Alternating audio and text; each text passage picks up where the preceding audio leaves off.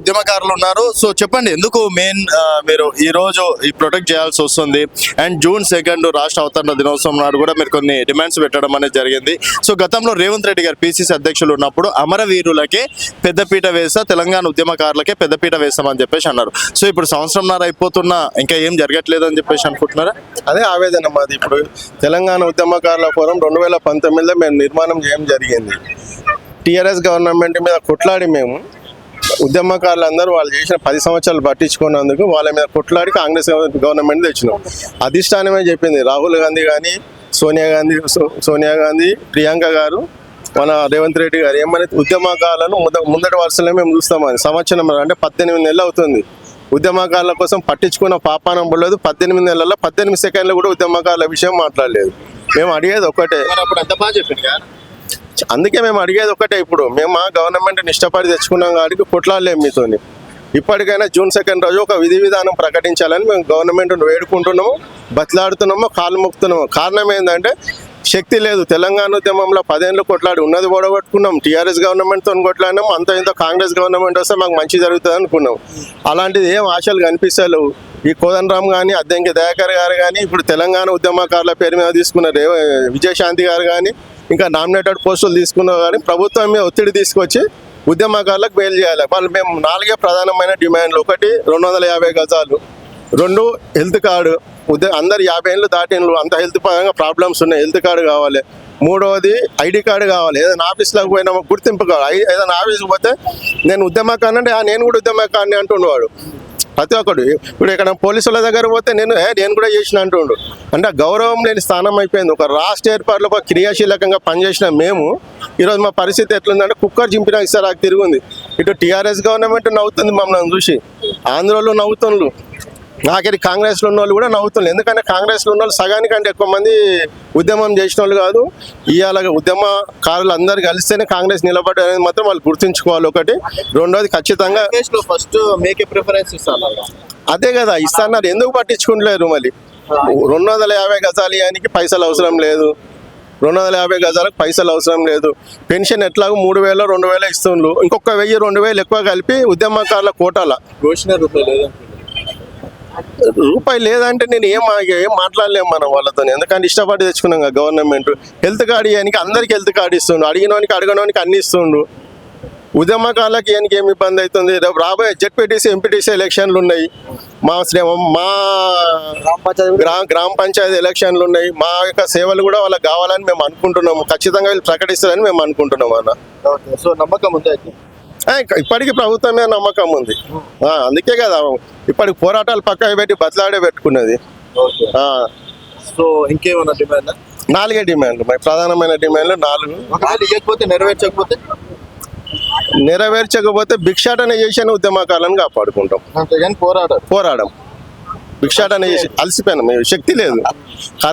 ఉద్యమం చేసి సగం అలసిపోయినాం. కరోనా టైంలో పూర్తిగా అలసిపోయినాం. ఒక్కటే భిక్షమాన ఎత్తుకొని 2వ తారీఖు ప్రకటించకుండా ఒక 10-15 రోజుల తర్వాత విధి విధానాలు, అది కూడా డీజీపీ దగ్గర పర్మిషన్ తీసుకొని భిక్షాటనకు బయలుదేరుతాం. చెప్పనా ఏది మీ డిమాండ్? నా పేరు తలారి గోపాల్. తెలంగాణ ఉద్యమ నేపథ్యంలో నేను JAC co convener, east Rangareddy JAC కో కన్వీనర్గా పనిచేశాను. గత ప్రభుత్వం ఆ టైంలో 2014 ముందు తెలంగాణ మాల మానాడు రంగారెడ్డి జిల్లా అధ్యక్షుడిగా కూడా పనిచేయడం జరిగింది. కోదండరామ్ గారు, అద్దంకి దయాకర్ గారు వీళ్ళు ఇచ్చినటువంటి పిలుపు మేరకు ఎన్నో గొప్ప కార్యక్రమాలు చేయడం జరిగింది. ఒకటి, ప్రధానమంత్రి మన్మోహన్ సింగ్ గారు బయోడైవర్సిటీ ప్రోగ్రామ్ చేస్తే దాన్ని అడ్డుకోవడం జరిగింది. అప్పటి రాష్ట్రపతి గారు ప్రణబ్ ముఖర్జీ గారు కూడా హైదరాబాద్కు వస్తే ఆయనని పలు దఫాలుగా కూడా అడ్డుకోవడం జరిగింది. ప్రధానమంత్రి ప్రోగ్రామ్స్ ఇటువంటి ఎన్నో బృహత్తరమైన కార్యక్రమాలు చేపట్టినాం. ఈ అసెంబ్లీ ముట్టడి కార్యక్రమాలు కూడా చేపట్టి విజయవంతం చేసిన సందర్భాలు ఉన్నాయి. ఆ ఉద్యమ నేపథ్యంలో మేము ఎన్నో కార్యక్రమాలు చేపట్టి లాఠీలు దెబ్బలు తిని పోలీస్ స్టేషన్లకు వెళ్ళి జైల్లోకి వెళ్ళినటువంటి సందర్భాలు అనేకం ఉన్నాయి.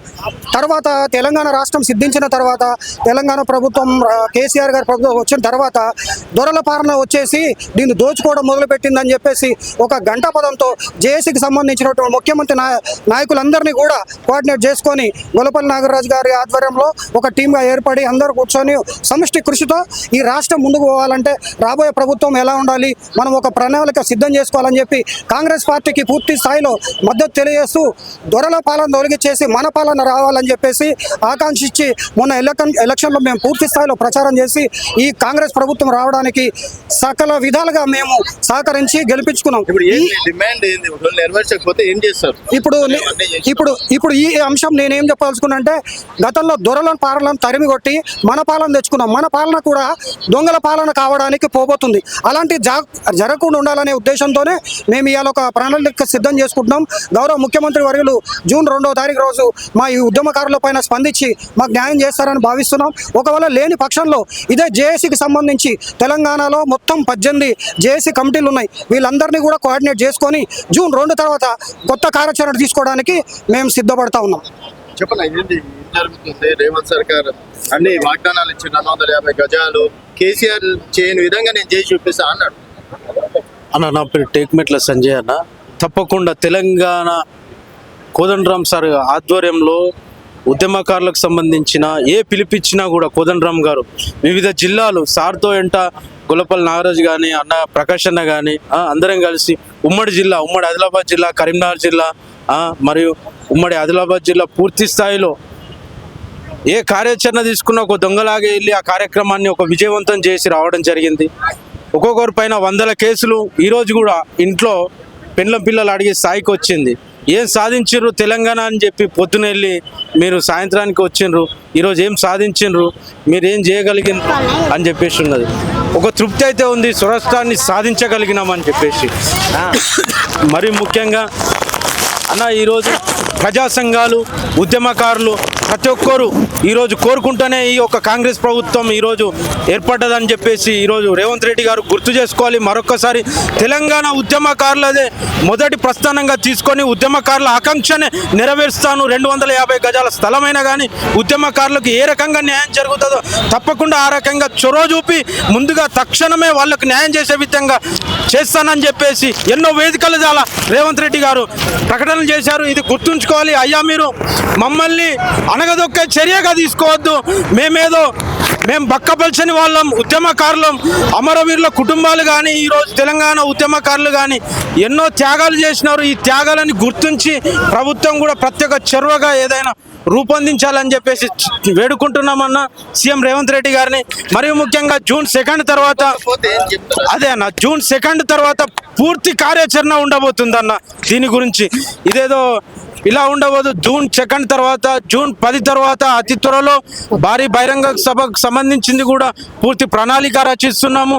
తెలంగాణ రాష్ట్రంలో ప్రభుత్వాలు ఏ ప్రభుత్వం ఉన్నా కూడా ఈ ప్రభుత్వం ఏర్పాటులో ప్రజా సంఘాలు, ఉద్యమకారులు మరియు వివిధ సంఘాల ఆధ్వర్యంలో ఏర్పాటు జరిగింది. ఇక్కడ ఉన్న ప్రతి ఒక్క ప్రజా సంఘుడు కానీ ఉద్యమకారుడు ఈ ప్రభుత్వం గుర్తించాలి. లేని ప్రకృషంలో రాబోయే ఎలక్షన్లో కానీ, జిహెచ్ఎంసీ కానీ మరియు గ్రామ పంచాయతీ ఎలక్షన్లో కానీ ప్రభుత్వం ఏర్పడడంలో కానీ మరియు విఫలం చెందుద్దని చెప్పేసి తెలియజేస్తా ఉన్నాను అన్న.